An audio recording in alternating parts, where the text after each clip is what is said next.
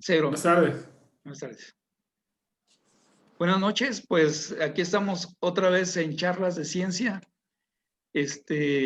con el doctor Garza de invitado especial, Hugo Becerra y Cruz Jiménez. Buenas noches. Buenas noches. Buenas noches, equipo. Buenas noches. Buenas noches a todos. El tema que por ahí tiene apagada la cámara.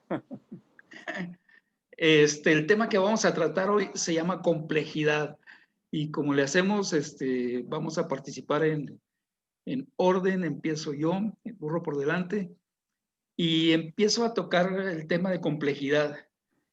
Cuenta la leyenda que en un principio todo era tinieblas, que de un punto de radio cero en el infinito surgió una gran explosión, una enorme plasma de quarks a temperaturas y velocidades inimaginables se expandía formando el espacio-tiempo. Estos quarks se transformaban en hadrones y leptones para luego formar átomos de hidrógeno.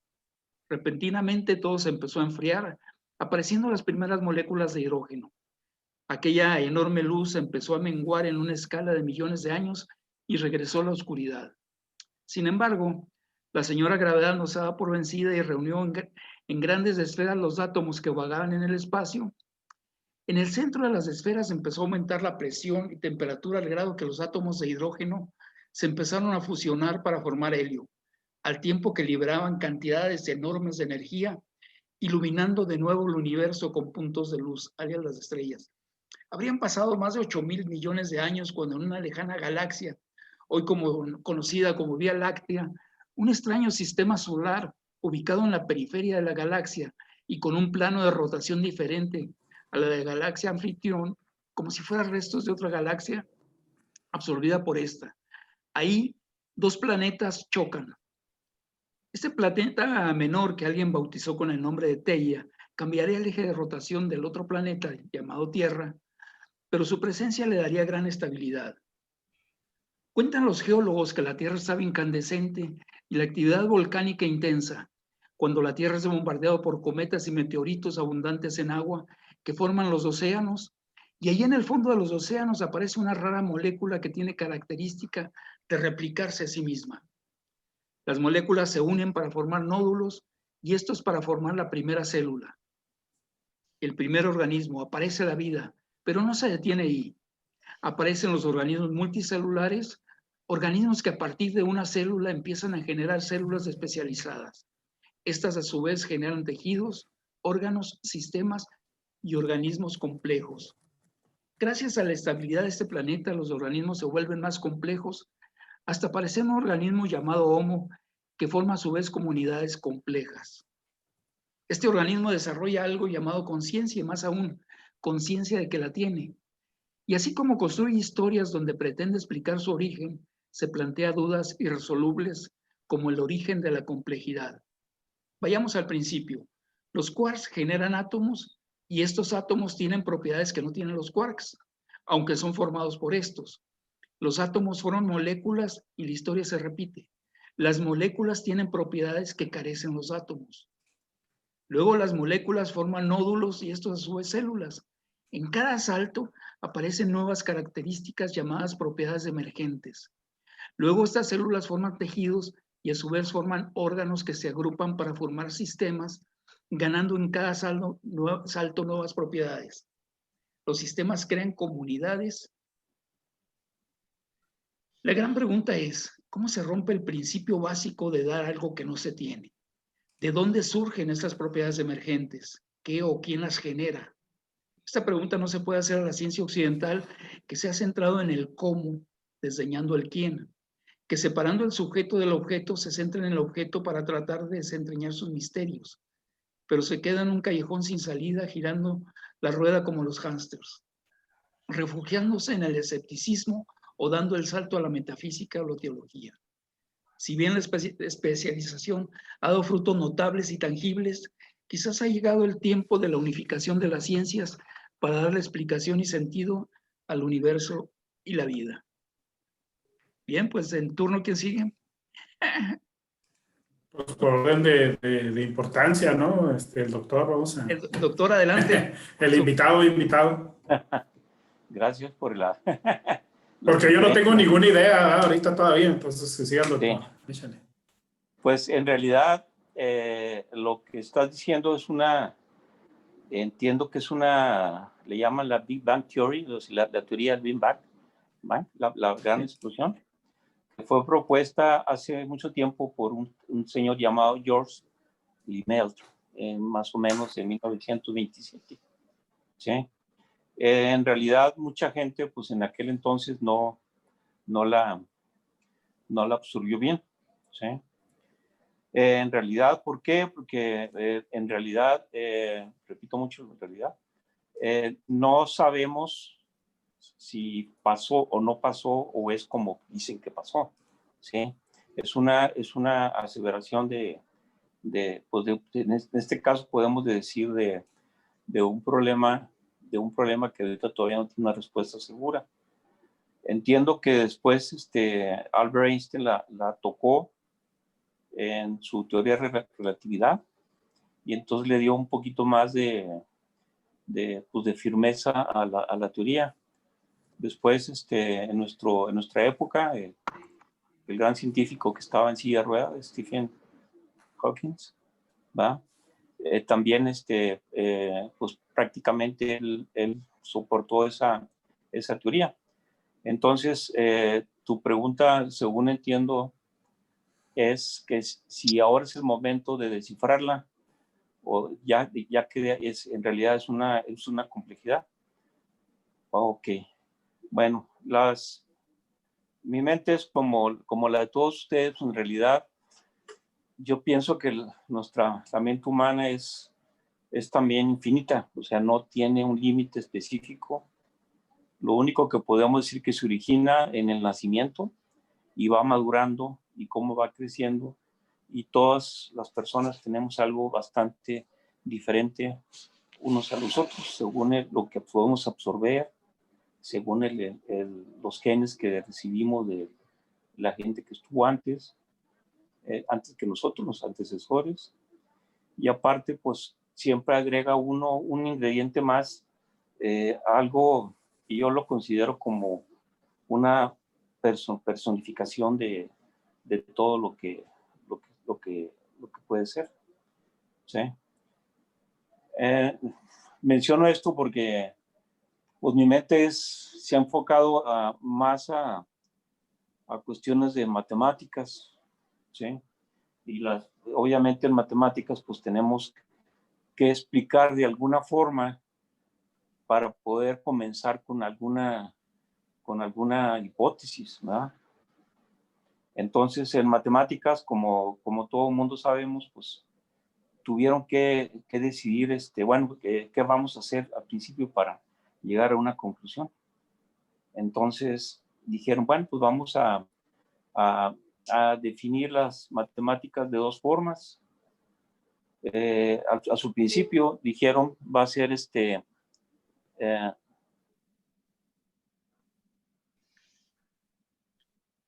bueno, perdón. Sí, se corta un poco. Dijeron, pues vamos a dividir las matemáticas de una forma que se puedan explicar. Y dijeron, bueno, pues una va a ser lo que se llama matemáticas puras y la otra va a ser matemáticas aplicadas. En las matemáticas puras, obviamente, tenemos que asumir pues que es prácticamente cualquier cosa abstracta. Y son bastante difícil de analizar. Mientras que las matemáticas aplicadas pues ya tienen cierta lógica que puede uno pues, demostrar de alguna forma. Entonces, una vez que ya se hizo una hipótesis y se dividieron en matemáticas puras y matemáticas aplicadas, encontraron el mismo problema en matemáticas aplicadas. O sea, en realidad el problema no lo solucionaron, sino que lo incrementaron. Entonces, las matemáticas aplicadas lo dividieron en forma de matemáticas no determinísticas, o sea, que no son prácticamente fácil de explicar porque sucede en una forma completamente random, como la mayoría de las cosas en nuestra existencia. Y las matemáticas, la otra parte es las matemáticas exactas, las determinísticas, que si la calculas una vez y la vuelves a calcular, siempre te da el mismo resultado. Entonces, relacionando las matemáticas con la pregunta que acabas de hacer, pues obviamente tenemos que asumir de alguna forma una hipótesis, y la hipótesis del Big Bang pues parece en cierta, una vez leyendo las deducciones de nuestro tiempo de Albert Einstein y Stephen Hawking, pues sí parece muy factible. O sea, ahora lo que no parece factible es el por qué se fueron definiendo las diferentes, en el caso biológicamente, cuando ya empiezan a convertir en los pares en átomos, los átomos de moléculas y etcétera, empezaron a crear células que siguieron un comportamiento similar, como que es una especie de espejo de lo que sucedió al principio. Y para terminar, yo pienso que según una fotografía que sacaron hace una semana, 2 semanas a lo máximo, de alguien que pudo fotografiar por fin el cerebro. O sea, de alguna forma introdujo unas cámaras miniaturas y empezó a fotografiar la actividad en plena oscuridad. Y sí había mucha pues concordancia con el universo. Si tú ves fotos como que pensamos que es el universo y comparado con la foto de esto, dices, chihuahua, si empieza a repetir lo mismo ahora dentro del ser humano. Entonces, lo que quiero decir es que esto es algo en cierta forma cíclica, ¿va? Y no, el proceso no ha terminado. O sea, el hombre se sigue evolucionando, para bien o para mal, pero se sigue siempre evolucionando, pero en una forma multidisciplinar, de multidisciplinas. Lo que yo pienso ahora en este siglo XX-XXI, y como estamos hablando de educación también, pues la educación que antes estábamos recibiendo en las escuelas, pues ya es completamente obsoleto. ¿Por qué? Porque esta pandemia que nos tocó ahorita aceleró la tecnología para resolver los problemas, y ahora los trabajadores que están en las empresas tienen que actualizarse más rápido, y los estudiantes que están tomando las carreras como las tomamos nosotros, en cierta orden, que matemáticas 1, que matemáticas 2, que física 1, que física, pues puede ser muy, muy largo el proceso y no van a alcanzar en 4 años a alcanzar a manejar lo que tienen que saber para ya sea crear una industria o ponerse la camiseta y levantar una compañía. Eso es lo que ahorita más me preocupa. En resumen, la pregunta que hiciste sigue todavía en evolución, pero ahora a nivel de inteligencia humana, ¿sí? Y ahora tratamos de resolver más y más. Yo pienso que es tiempo ahorita de callar un poquito y de escuchar las opiniones de los demás. Ok, nada más una pregunta, doctor. Sí, el meollo del asunto aquí está en las propiedades emergentes. Tengo problemas de audio, no sé si me escuchen. Sí, te escuchamos, perfecto. Te escuchamos, perfecto. Okay. Bueno. Sí. Sí. Te escuchamos bien. ¿Estás? No los escucho, algo pasó. A ver, me voy a Hugo, tener que salir. ¿tú me escuchas a mí, Hugo? Sí, te escucho bien, Marcos. Ok. A lo mejor el micrófono, doctor. Ya se dijo que ahorita se volvía a conectar. Ok. Sí, la duda que se plantea aquí es cómo las cosas sencillas forman complejas, ¿no? ¿De dónde sacan los átomos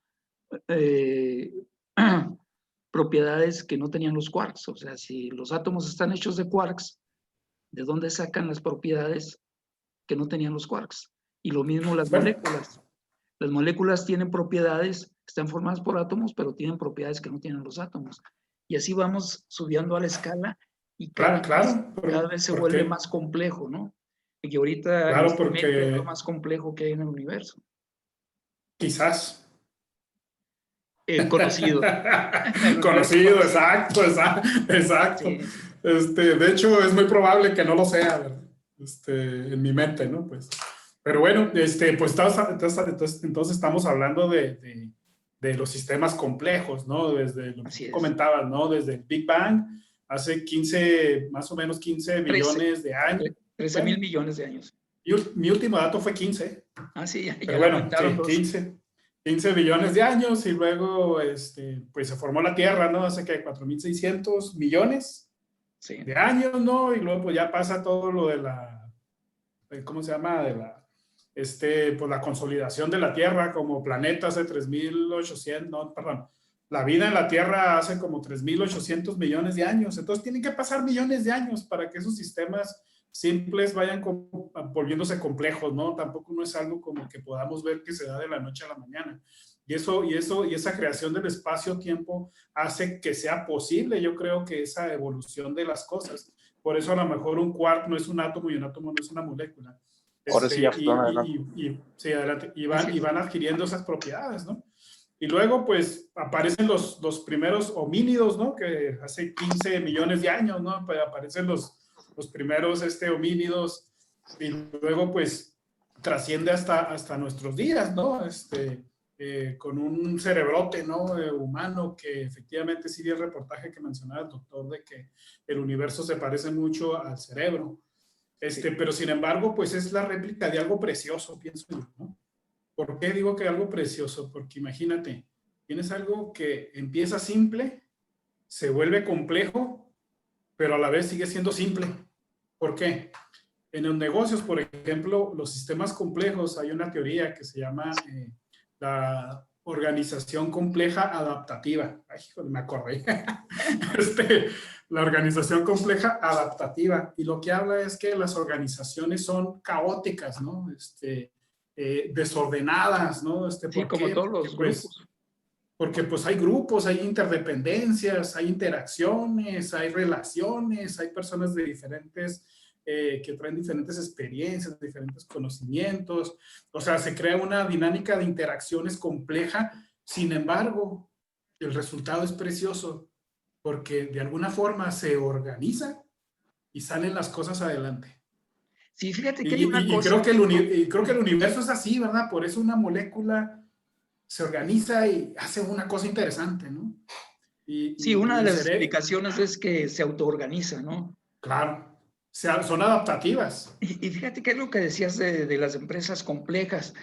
Cuando aplicas tú la teoría de los fractales y de la complejidad al corazón, resulta que el comportamiento del corazón es totalmente complejo.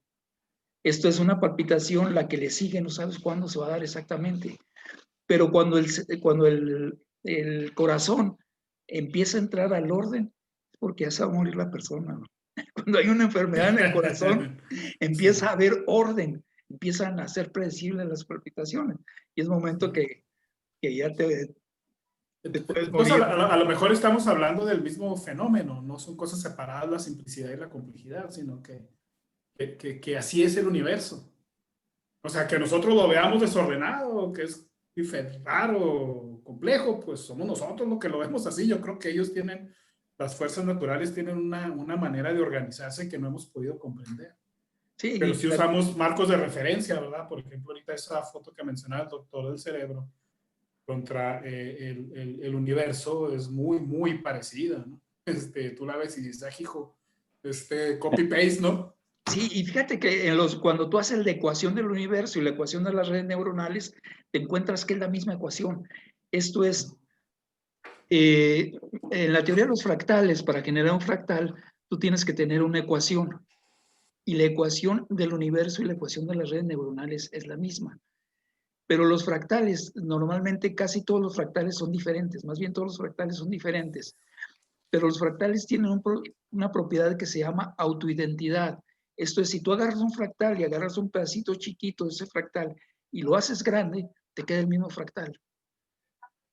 Entonces puede ser que nuestras redes neuronales pertenezcan al fractal del universo. O sea, sean Claro, la claro. parte donde Sí, se sí, expresa el universo. y de hecho está en todos lados. Mira, yo me acuerdo de un fractal que habían comentado en alguna ocasión un geólogo, me parece, donde él tomaba una fotografía de una montaña y luego se iba a esa montaña y agarraba una piedrita y le tomaba foto a la piedrita. Y adivina qué, Se parecían. coincidían. Sí, Muy, sí, muy es que cerquitas. lo puedes ver en las ramas de los árboles, ¿no? El tronco principal y la primera bifurcación que hacen se parece muchísimo a todas las bifurcaciones que se van haciendo, ¿no? Claro, son los fractales, ¿no? Esos son los fractales. Esa es una Y de las entonces eso te características. dice que el universo no trabaja de manera desorganizada. Que de Marcos, alguna manera parece desorganizada, pero al final crea algo precioso como un árbol o como esta piedra y esta Sí. montaña. Oye, es probable, Marcos, como empezamos antes, que se vaya a interrumpir. Entonces, por Vámonos con favor, les digo Cruz. a todos, si se llega a interrumpir, volvemos a entrar con el mismo link. Con el mismo link que entramos, volvemos a entrar.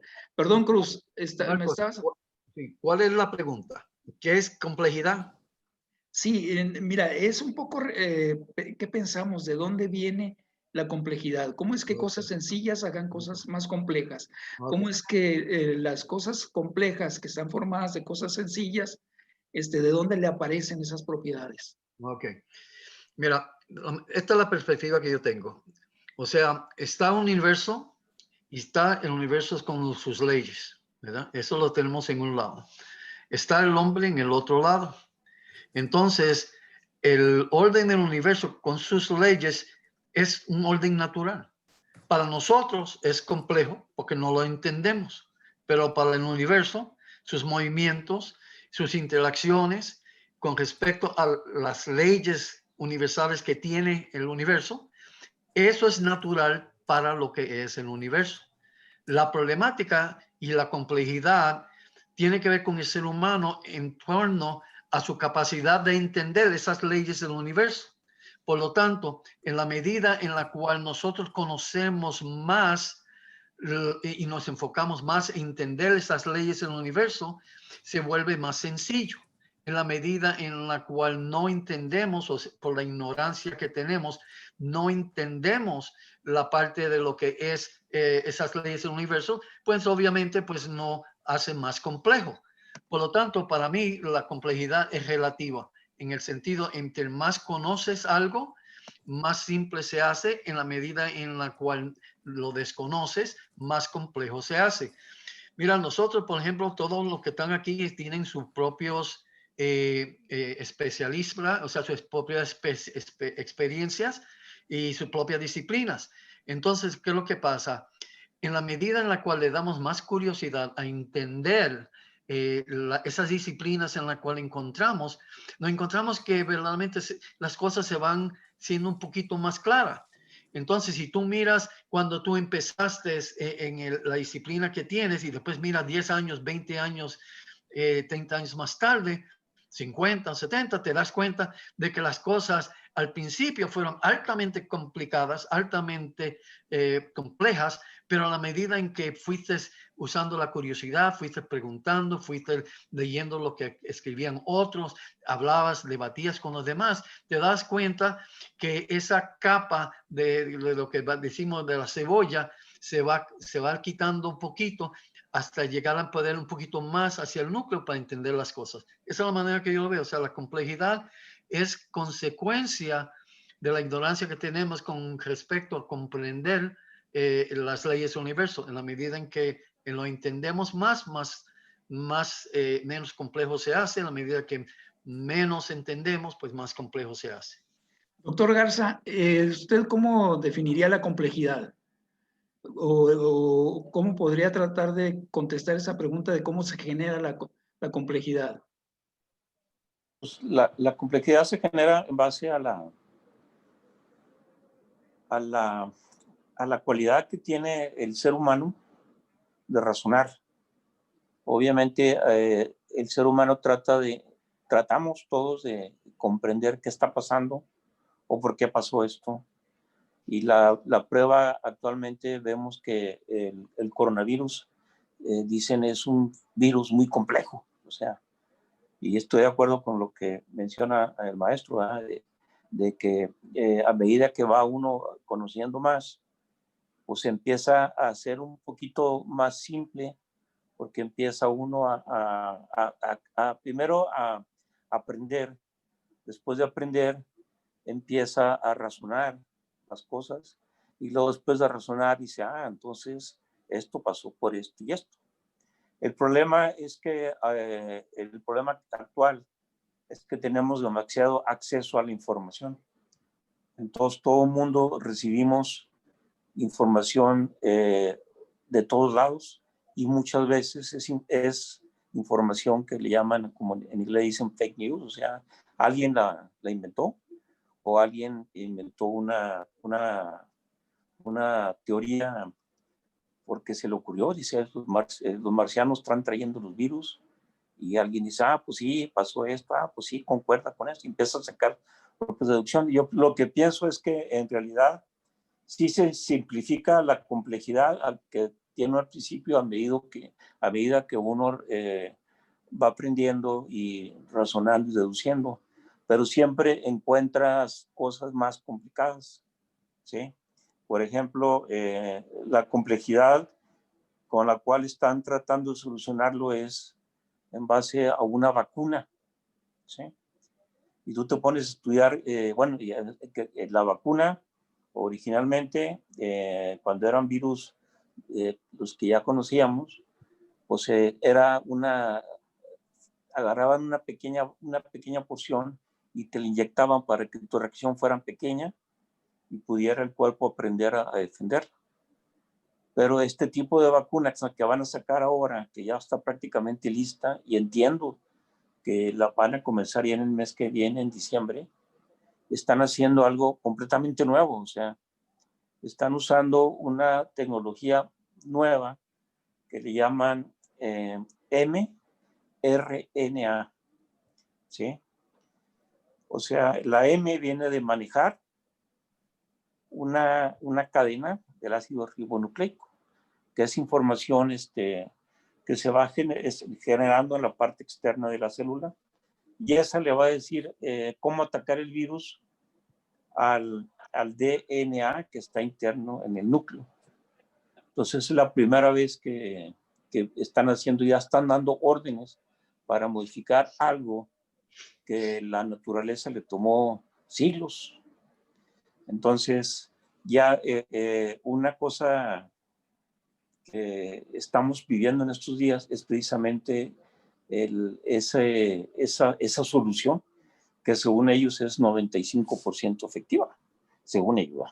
Perdón, ¿el virus del coronavirus es tipo RNA o DNA? RNA. Es RNA, sí. El coronavirus viene siendo nomás es una proteína, no tiene inteligencia, con unos piquitos que se pican a todos lados, que llaman spikes, ¿va? Y que cuando encuentra, o sea, no tiene inteligencia para decir a este señor sí lo agarro y a este no me gusta, no.